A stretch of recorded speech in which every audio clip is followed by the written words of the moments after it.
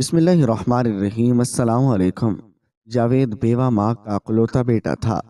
پسند کی شادی کی 2 ماہ بعد دبئی چلا آیا، اور مگر پھر پتہ چلا کہ ماں اور بیوی کی آپس میں نہیں بنتی۔ ماں اکثر روتے ہوئے فون پر آمنہ کی شکایت لگاتی۔ جاوید بے بس تھا، اور وہ آمنہ سے بے دل ہو گیا تھا، اور خالہ سے بات کرتا تو وہ بھی اکثر بتاتی کہ تمہاری ماں کی صحت خراب رہنے لگی ہے، اور آمنہ اسے وقت پر کھانا نہیں دیتے۔ 2 سال بعد جاوید آمنہ کو طلاق دینے کے لیے وطن واپس آیا۔ جیسے ہی گھر میں داخل ہوا تو یہ دیکھ کر حیران رہ گیا۔ آمنہ کے پیروں میں ایک رسی۔ میں اپنی ماں کے کمرے میں داخل ہوا تو روزمرہ کی طرح اماں تسبیح لیے بیٹھے تھے، اور مگر آنکھوں سے آنسو جاری تھے۔ اور ابا کا جانا اماں سمیت مجھے بھی توڑ گیا تھا، لیکن میں اب سنبھلنے لگا تھا، کیونکہ میرے پاس آمنہ تھے، اور جس نے مجھے اس برے وقت سے نکال لیا تھا۔ لیکن اماں بالکل تنہا ہو گئی تھی، اور میں ان کے پاس جا کر بیٹھا اور ان کے آنسو صاف کیے تو بے اختیار وہ روتے ہوئے میرے سینے سے لگ گئی۔ اور جاوید، تمہارے ابا کا جانا مجھے ختم کر گیا ہے۔ میں کیا کروں، مجھ سے رہا ہی نہیں جا رہا، اور ان کے بغیر اللہ مجھے بھی بس اب اپنے پاس بلا لے۔ اور ان کی بات سن کر میرا دل دہل گیا تھا، اور میں اماں کو دیکھتے ہوئے سختی سے بولا، خدا نہ کرے ایسا کچھ ہو، آپ الٹی سیدھی باتیں کیوں سوچ رہی ہیں؟ اور جب کہ اماں فوراً بولی، تم اپنی زندگی میں مگن ہو، کچھ عرصے بعد دبئی چلے جاؤ گے، میرا کیا ہوگا؟ پیچھے اتنے بڑے گھر میں اکیلی میں کیا کروں گی؟ اماں کی بات سن کر میں نے ان کے دونوں ہاتھ تھام لیے تھے، اور ان کو دیکھتے ہوئے بولا، اماں، آج میں آپ سے اس حوالے سے ہی بات کرنے آیا ہوں۔ جب سے میرا ویزا لگا ہے مجھے یہی پریشانی رہتی ہے کہ میرے بعد آپ کا کیا ہوگا۔ اسی لیے میں نے طے کیا ہے کہ اب میں شادی کرنا چاہتا ہوں۔ میرا محض اتنا کہنا تھا۔ اماں نے بے اختیار سر اٹھایا تھا، اور مجھے دیکھتے ہوئے بولی، شکر ہے جاوید اس بات کا خیال تمہیں آیا، کیونکہ میں بھی یہی سوچ رہی تھی تینوں کی بیٹی کیسی رہے گی۔ اور ان کی بات سن کر میں فوراً بولا، خالہ کی بیٹیوں سے شادی نہیں کرنی ہے اماں، میں نے اپنے لیے لڑکی پسند کر لی ہے، اور بس آپ ایک دفعہ اس سے ملاقات کر لیں، آپ کو بہت اچھی لگے گی۔ میری بات سن کر اماں فوراً ہی سر نفی میں ہلایا تھا، اور مجھے دیکھتے ہوئے بولی، تمہیں کیا معلوم آج کل کی لڑکیوں کے بارے میں نے بس فیصلہ کر لیا ہے، تمہاری شادی میں تینوں کی لڑکی سے ہی کرواؤں گی۔ فائزہ تمہارے لیے ہر لحاظ سے اچھی ہے، گوری بھی ہے، لمبا قد بھی ہے، اور تم دونوں کی جوڑی بھی خوب چمکے گی۔ لوگوں نے مجھے اشاروں ہی اشاروں میں تمہارے لیے فائزہ کا بولا بھی ہے، اور تمہاری خالہ کی بھی خواہش ہے۔ جبکہ میں اماں کو دیکھتے ہوئے بولا، ارے اماں، میری بات تو سن لیں، میں آپ کے پاس اسی لیے آیا تھا کیونکہ آج میں آپ کو اپنی پسند سے ملاقات کروانا چاہتا ہوں۔ مجھے کسی سے شادی نہیں کرنی، میں نے اپنے لیے لڑکی منتخب کر لی ہے۔ اماں، خالہ کی بیٹی اچھی ہے، لیکن وہ ہمارے معیار پر کبھی نہیں اترے گی۔ پورے خاندان کو پتہ ہے کہ وہ کتنی زیادہ منہ زور ہے۔ بہتر ہوگا کہ ہم اسے اپنے آپ سے دور ہی رکھیں تو بہتر ہے۔ میں نہیں جانتا دبئی جانے کے بعد میں آپ کی طرف سے ہر وقت پریشان رہوں۔ آمنہ بہت اچھی ہے، آپ کا ہر وقت خیال رکھے گی، اور ہر وقت آپ کو ماں سمجھے گی، کبھی بھی آپ کے ساتھ ساس والا رویہ نہیں رکھے گی۔ بس ایک دفعہ اس سے ملاقات کر لے۔ جبکہ میری اماں چھوٹا منہ بنا کر بولی تھی، یہ بھلا کوئی بات ہوئی؟ پہلے تمہارے ابا مجھے دھوکہ دے کر اس دنیا سے چلے گئے، اور اب تم بھی میرے ساتھ ایسا کر رہے ہو۔ جبکہ ان کا ایموشنل بلیک میلنگ کا ڈرامہ شروع ہو چکا تھا، لیکن میں نے جیسے تیسے کر کے اماں کو راضی کر ہی لیا تھا۔ میرا ارادہ اب آمنہ کے گھر رشتہ لے کر جانے کا تھا، لیکن میں نے اماں کو صاف کہہ دیا تھا، نہ کوئی خالہ ساتھ جائے گی، نہ ہی میری کوئی پھپھو ساتھ جائے گی۔ اماں نے خوب اعتراض کیے تھے، میں تمہاری خالہ کو ساتھ لے کر جاؤں گی، چاہے کچھ بھی ہو جائے، مگر میری ضد پر انہوں نے سب چھوڑ دیا تھا۔ ہم آمنہ کے گھر پہنچ گئے تھے۔ میری نوکری بہت اچھی لگ گئی تھی، اور اسی لیے ان کے گھر والوں نے کوئی اعتراض نہیں جتایا تھا۔ ہاں، آمنہ نے مجھے بعد میں فون پر صاف اتنا کہا تھا کہ اماں، تمہاری والدہ سے کافی گھبرا رہی ہیں۔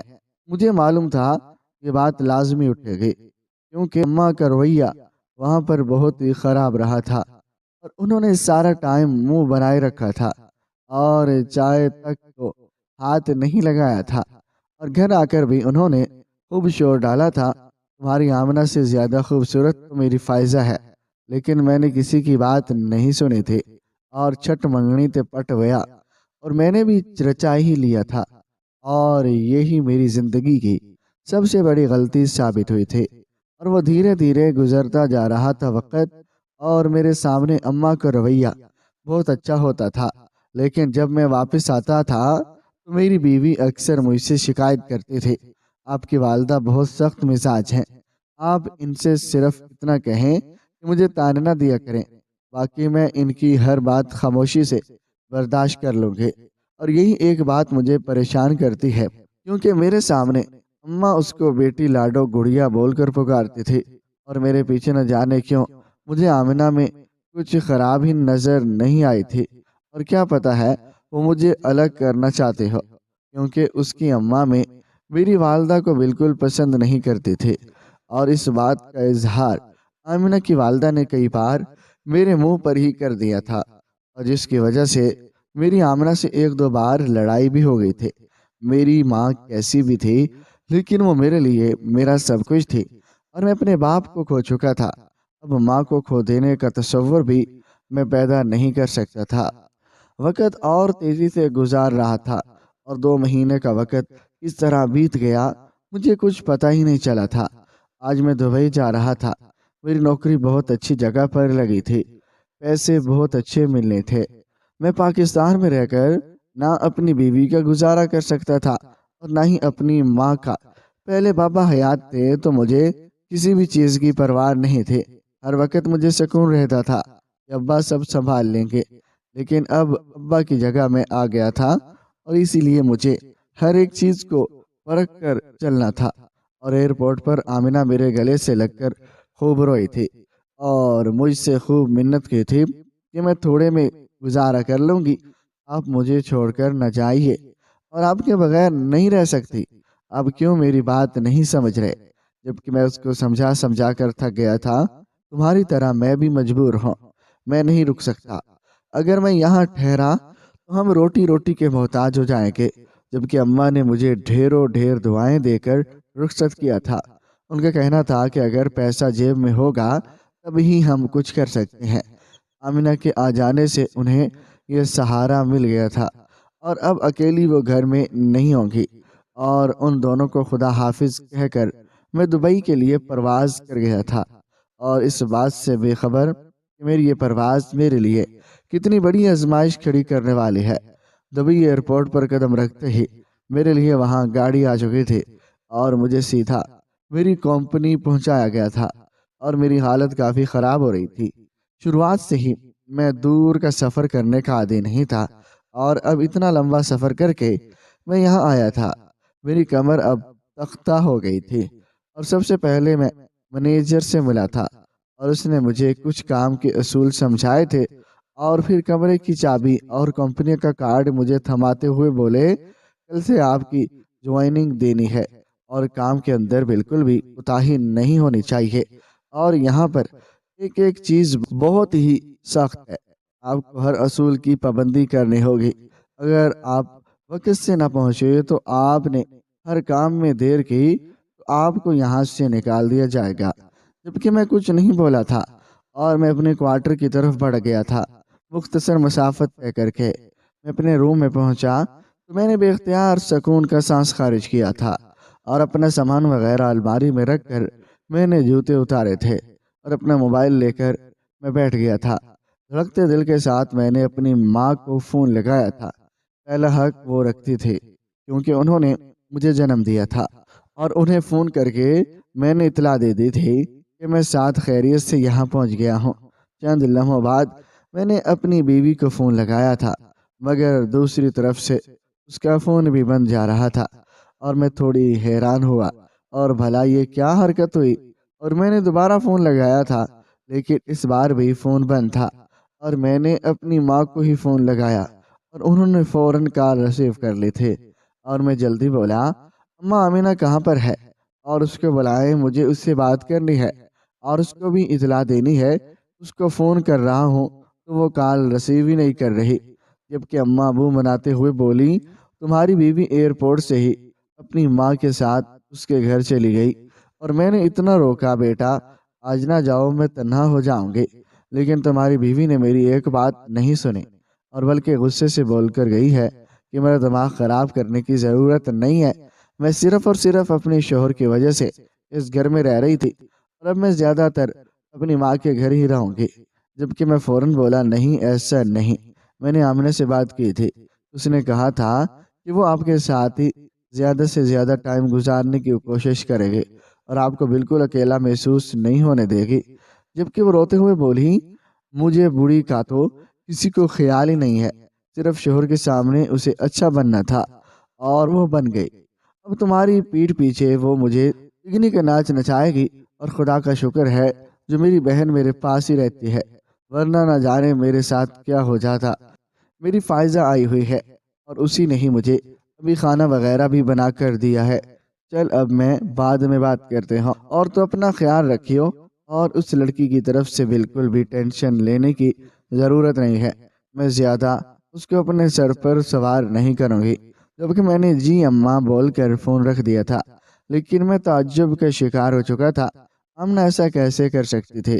اور وہ کافی سمجھدار لڑکی تھی، اور اس نے مجھ سے وعدہ کیا تھا کہ وہ میری غیر موجودگی میں میری ماں کا خیال رکھے گی۔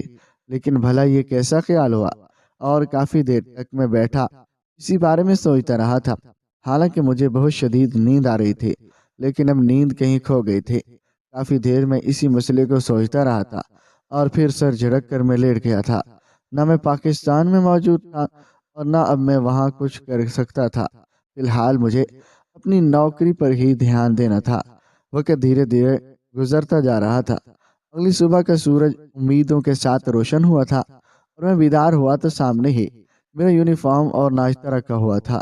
میں تھوڑا حیران ہوا، اتنا پروٹوکول، لیکن میں نے سر جھٹک دیا اور جلدی جلدی کپڑے تبدیل کیے اور ناشتہ کیا تھا اور فوراً کمپنی کی طرف بھاگا تھا۔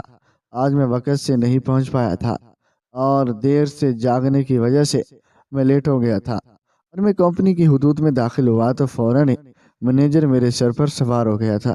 دیکھیے، میں آپ کو پہلے ہی کہا تھا، یہاں کے اصول تھوڑے سخت ہیں، آپ کو ٹائم کی پابندی کرنی ہوگی، اور آپ کو رعایت مل گئی ہے، لیکن کل سے آپ کو کسی بھی قسم کی رعایت نہیں ملے گی، اور آپ کا ناشتہ آج آپ کے برابر میں موجود کوارٹر کے ایک شخص نے دیا ہے، لیکن کل سے آپ کو سب کچھ خود بنا کر کھانا ہوگا، یہ ذمہ داری کمپنی کی نہیں ہے۔ اور ان کی بات سن کر میں نے جی سر بولا تھا اور ان کے ساتھ ہی کام کی طرف بڑھ گیا تھا۔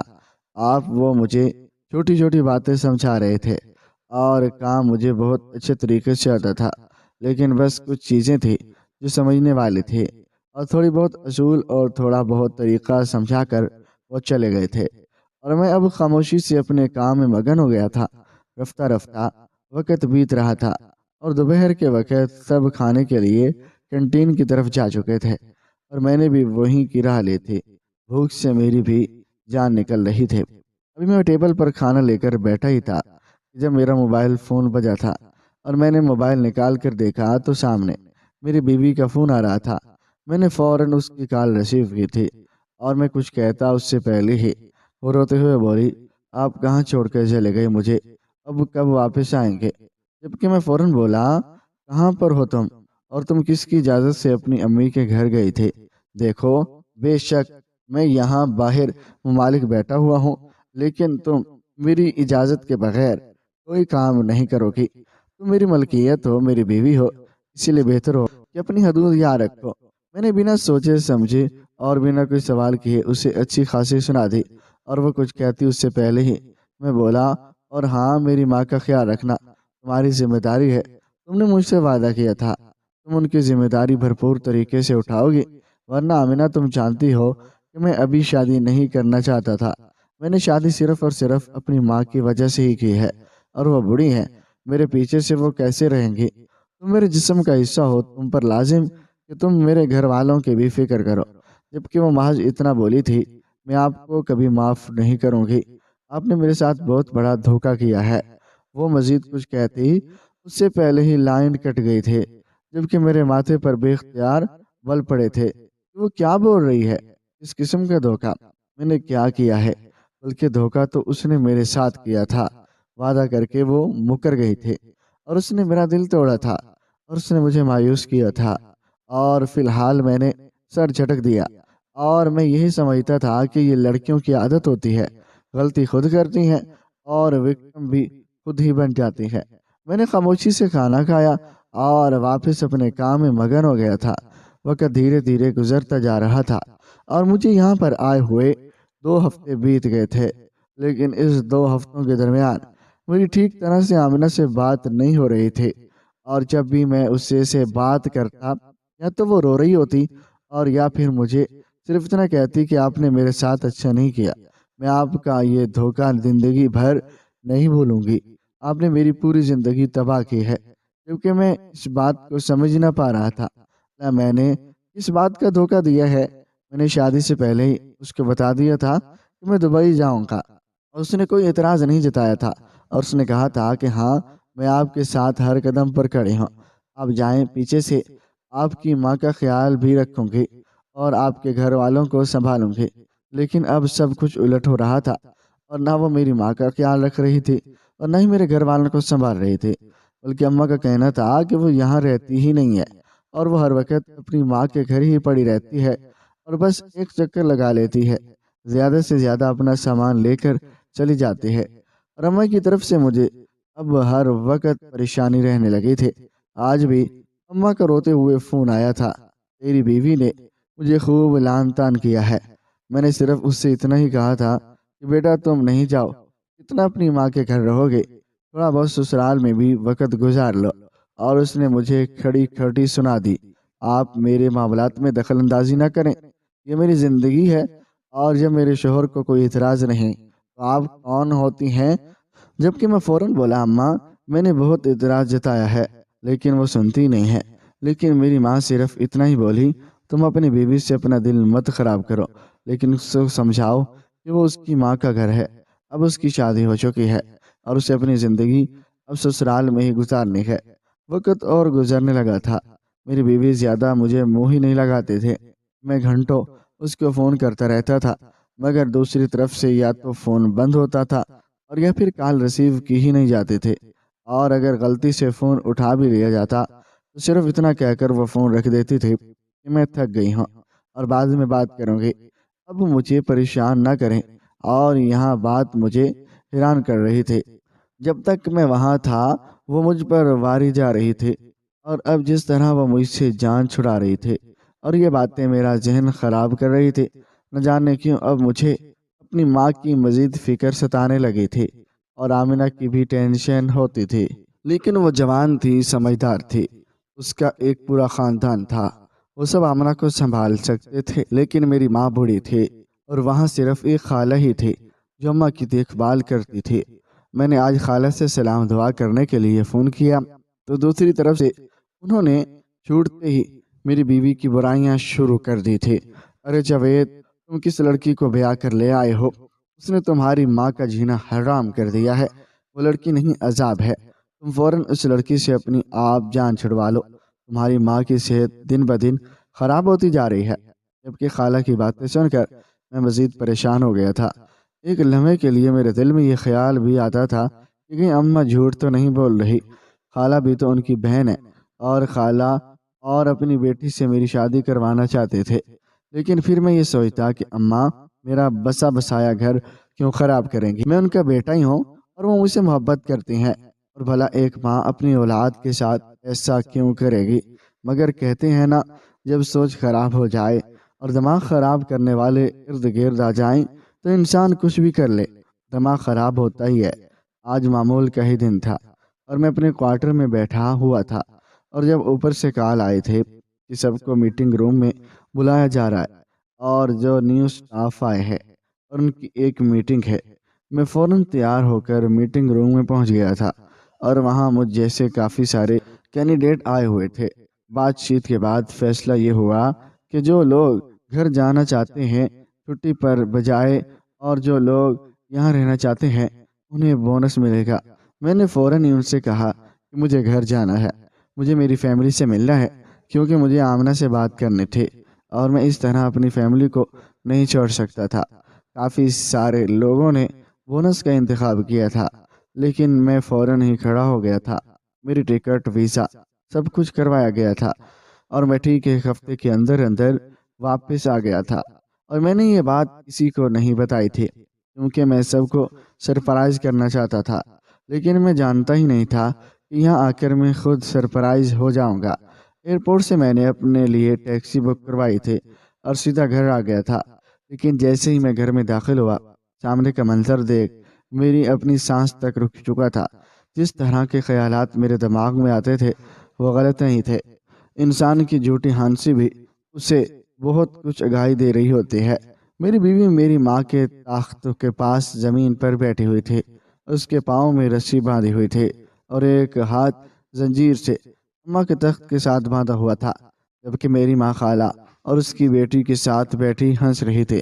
میری بیوی نے مجھے زخمی نگاہوں سے دیکھا تھا، شاید اس کی دعائیں قبول ہو گئی تھی اور شاید ہماری محبت جیت گئی تھی۔ میرے غصے سے دھاڑ کر بولا، اماں یہ کیا ہو رہا ہے؟ جبکہ اور خالہ کی بیٹیاں سب ایک لمحے کے لیے سہم سی گئی تھی۔ اماں نے بے اختیار میری طرف دیکھا تھا اور فوراً ہی میرے سینے سے لگنے کے لیے اٹھی تھی، مگر میں 2 قدم پیچھے ہو گیا تھا اور وہاں اب ان کا مقام نہیں تھا۔ میں نے فوراً جا کر آمنہ کے ہاتھ پاؤں کھولے تھے اور اماں کو دیکھتے ہوئے بولا، یہ کیا بےہودگی ہے؟ آپ نے یہ کیا حال کر دیا؟ اس کی آنکھیں کے نیچے ہلکے بکھرے ہوئے ہیں، بال اجڑے، حلیہ صاف بتا رہا ہے کہ اس کی حالت بہت خراب ہے۔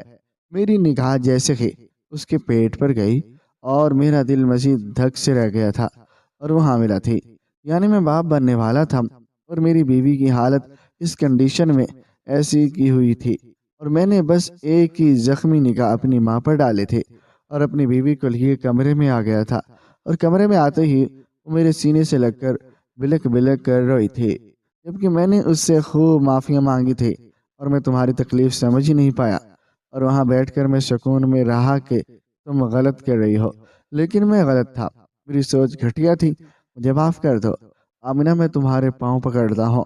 جبکہ آمنہ صرف اتنا بولی تھی، ہماری محبت میں صداقت ہے، اسی لیے آپ یہاں واپس آ گئے، جبکہ میں واقعی اس بات کو تسلیم کر رہا تھا کہ میں نے فوراً ہی آمنہ کو لیا تھا اور اس کی ماں کے گھر پہنچ گیا تھا، اور میرے پاس صرف 1 ہفتہ تھا، اور اس 1 ہفتے میں ہی مجھے سارا نظام سنبھالنا تھا، اور آنٹی بھی اپنی بیٹی کو اس کنڈیشن میں دیکھ کر گھبرائی تھی اور مجھے خوب لعن طعن کیا تھا، لیکن میں نے کچھ نہیں کہا تھا اور ان کا حق بنتا تھا، مگر میں نے ان سے بات کی تھی، ان سے صرف اتنی ریکویسٹ کی تھی کہ آپ میری بیوی کو اپنے اوپر کے پورشن میں رکھ لیں اور اس کا سارا خرچہ میں اٹھاؤں گا، ہر چیز میں کروں گا۔ دیکھیے، میں اپنی ماں کو نہیں چھوڑ سکتا، اور اس نے مجھے جنم دیا ہے۔ وہ آمنہ کو اس لیے قبول نہیں کر رہی کیونکہ وہ میری خالہ کی بیٹی کو لانا چاہتی تھی، اور میں انہیں ہر ایک بات بتا دی تھی، اور پھر انہوں نے مجھے ایک ہی مشورہ دیا تھا کہ بیٹا، ساری زندگی کا معاملہ ہے اور آپ میرے گھر کے پاس اس کو کرائے کا گھر لے دیں، اور میں بھی بہو والی ہوں، سارے نظام کو سنبھالنا ہوتا ہے۔ ان کی بات بھی درست تھے، اس لیے میں نے کوئی فساد کھڑا نہیں کیا تھا اور معاملے کو سنجیدگی سے سلجھا دیا، اور اماں کے لیے میں نے پرماننٹ ایک ملازمہ رکھ دی تھی، اور جو اب ان کا خیال رکھتی ہے، اور میں نے ماں سے کوئی سوال جواب نہیں کیا تھا، لیکن ہاں، اور میں ان سے ناراض ہو گیا تھا، ان سے بات چیت کرنی چھوڑ دی تھی، لیکن کب تک میں ان سے خفا رہتا؟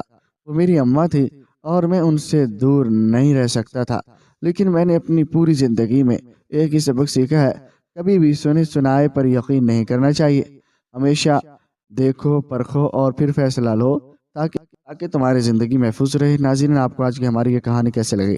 کمنٹ باکس میں اپنی قیمتی رائے کا اظہار ضرور کیجیے گا۔